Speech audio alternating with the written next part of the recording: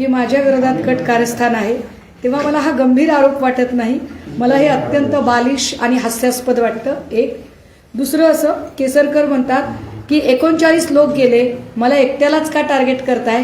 याचा अर्थ केसरकर हे स्वतः मान्य करतात की होय मी खरातशी संपर्कात होतो, हे ते स्वतःच मान्य करतात. मुद्दा क्रमांक 3, जेव्हा केसरकर असं म्हणत आहेत की माझ्या विरोधात एक कारस्थान करण्याचा प्रयत्न केला जातोय कारण मी शिंदेंचा विश्वासपात्र आहे. केसरकर, खरं तर मला याच्यावर जायचं नाहीये कारण मला मुद्दा अजिबात डायव्हर्ट करायचा नाही, पण तुम्ही जर खरंच विश्वासपात्र असतात तर तुम्ही आता मंत्रिमंडळात राहिला असतात. तुमचा जर परफॉर्मन्स चांगला असता तर तुम्ही मंत्रिमंडळात राहिला असतात. ज्या अर्थी तुम्हाला मंत्रिमंडळातनं डिच केलेलं आहे त्या अर्थी तुम्ही किती विश्वासपात्र आहात किंवा तुमच्या कार्याचा आलेख किती वाखाणण्यासारखा आहे हे माझ्यापेक्षा अधिक श्री एकनाथ शिंदे यांना जास्त माहीत आहे. आता पुन्हा मुद्द्यावर, केसरकर असं म्हणत आहेत की मी तिकडे गेलो पण माझ्या कार्यालयात कुणी आलं नाही. मी कधी म्हटलं तुमच्या कार्यालयात कुणी आलं. केसरकर म्हणतात माझी चौकशी का करायची नाही, तर मग मी सगळ्यांचा भांडाफोड करेन. मी या फोडाच एकदा भांड. हे जे कोणी 39 नावं आहेत ना, ती 39 नावं येऊ देत. जे कोणी 8-9 मंत्री आहेत ते येऊ देत. जे कोणी 2-3 पोलीस ऑफिसर आहेत ते येऊ देत. जे कोणी ब्युरोक्रेट्स त्याच्यामधले जे प्रशासकीय अधिकारी आहेत त्यांची नावं येऊ देत. आणि केसरकर हे तुम्हीच सांगू शकता. केसरकर म्हणतील मला का बरं टार्गेट करताय, तर मी टार्गेट करत नाहीये. मी काल काही फोटोज दाखवले होते आणि ते फोटो मी याला एक सर्कल केलेला आहे आणि हा माणूस जर नीट बघितला आपण, पिवळा शर्ट घातलेला, चष्मा असलेला हा माणूस आहे. हा माणूस प्रत्येक फोटोमध्ये दिसतो. केसरकर म्हणतात की मला का तुम्ही टार्गेट करताय. हा माणूस केसरकरांच्या सोबत काय करतोय याचं उत्तर केसरकरांनी दिलं पाहिजे. हा माणूस एका ठिकाणी नाही, एक महत्वाची मीटिंग चालू होती जी MIDC मध्येच होती. या मीटिंगमध्ये पण हा माणूस इथे दिसतोय, हा मीटिंगमध्ये दिसतोय. एवढंच नाही, मी जो चाकणकरांचा सगळ्यात आधी पहिला व्हिडिओ शेअर केला होता ज्याच्यामध्ये चाकणकर खरातची पाद्यपूजा करत होत्या, तेव्हा खरातची पाद्यपूजा चालू असताना खरातच्या बाजूला बसलेला जो माणूस आहे तो हाच माणूस आहे. हा माणूस कोण आहे, हा का सारखा दिसतो, हा माणूस चाकणकरचा का सत्कार करतोय, कशासाठी करतोय. चाकणकरांचे फक्त शिवनिका ट्रस्टशी संबंध होते. मग चाकणकर MIDCतल्या स्टाईस असोसिएशनचा प्रमुख, याचं नाव आहे मनकर्ण एकनाथ आवारे. नामकर्ण मी पुन्हा एकदा ते नाव सांगते. याचं नाव आहे नामकर्ण एकनाथ आवारे. कोण आहे हा नामकर्ण एकनाथ आवारे. जी माहिती मिळते त्या माहितीनुसार हा जगदंब पतसंस्थेचा प्रमुख आहे. जगदंब पतसंस्थेचा प्रमुख तुमच्यासोबत काय करत होता केसरकर, तुम्ही सांगा मला. मी हे समजू शकते केसरकर की तुम्ही त्यांना आध्यात्मिक गुरु वगैरे मानला असेल. सॉरी, आध्यात्मिक हा शब्द खूप मोठा आहे. तुम्ही त्यांना गुरु मानला असेल, कुठल्या वेगवेगळ्या 6 1 का 4 मध्ये गुरु मानला असेल तुम्ही. पण तुम्ही जे काही गुरु मानलेला आहे त्या गुरुसोबत तुम्ही मंदिरात दिसणं मी समजू शकते, तुम्ही त्याच्या पाया पडणंही मी समजू शकते. पण हा माणूस इथे काय करतोय खरातांच्या सोबत. हा जगदंब पतसंस्थेचा हा नामकर्ण एकनाथ आवारे काय करतोय. हा प्रत्येक ठिकाणी आहे. हा अतुल सावेंच्या सोबत पण आहे बरं का.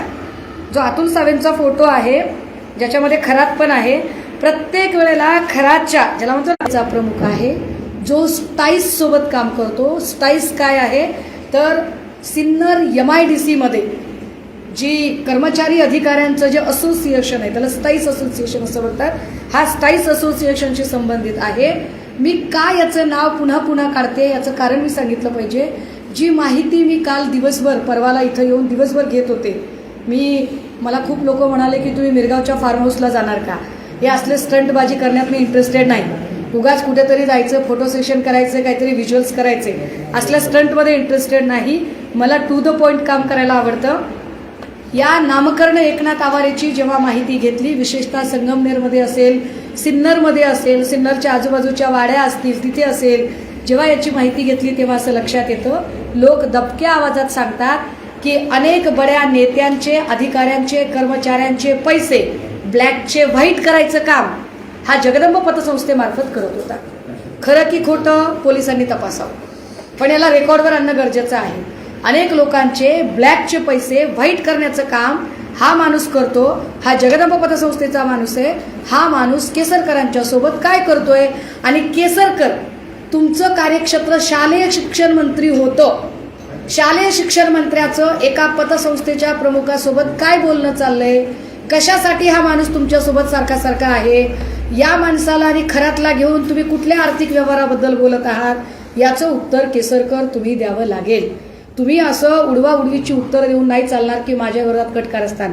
काय तुमचा माझा बांधाला बांध नाही, तुम्ही काही माझ्या केळी नारळाच्या बागा तोडल्या नाहीत, तुमचा माझा मतदारसंघ एक नाही, आणि तुमच्या आणि माझ्या वयामध्ये सुद्धा प्रचंड डिफरन्स आहे. तुम्ही माझ्या वडिलांच्या वयाचे आहात, त्यामुळे मी तुमच्यावर विनाकारण आरोप करण्याचं काहीच कारण नाही.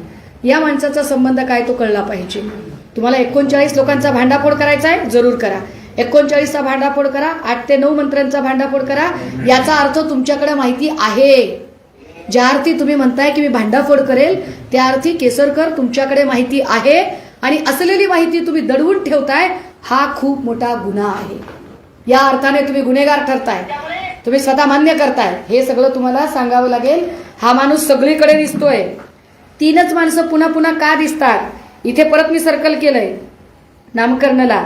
बघा, चाकणकर, केसरकर, खरात, आणि चौथा माणूस आहे नामकर्ण. या नामकर्णचं केसरकरशी काय संबंध आहे, ये रिश्ता क्या कहलाता है, हमें बताओ. आम्हाला तुम्ही सांगितलं पाहिजे. हे बरं, हे बघा, इथं तर एकदम पर्सनल मीटिंग चालू आहे, अतिशय पर्सनल मीटिंग आहे. या पर्सनल मीटिंगमध्ये फक्त 4च लोक दिसतात, ज्या 4 लोकांमध्ये स्पष्टपणे खरात, केसरकर, चाकणकर आणि नामकर्ण. आता नामकर्ण काय तुम्हाला काय जपमाळा सांगत असेल का, एखादं आयुर्वेदिक औषध किंवा काय ते उष्ण विष्णू सकाळ दुपार संध्याकाळ कसं घ्यायचं हे सांगत असेल का, काय सांगत असेल तुम्हाला. तुम्हाला शालेय शिक्षण मंत्र्याचा एखादा सिलेबस समजावून सांगत असेल का, तुम्हाला एखादं जे काही आपल्याकडे वेगवेगळे शैक्षणिक आयोग आले त्या आयोगाची माहिती सांगत असेल का, काय सांगतोय हा नेमकं.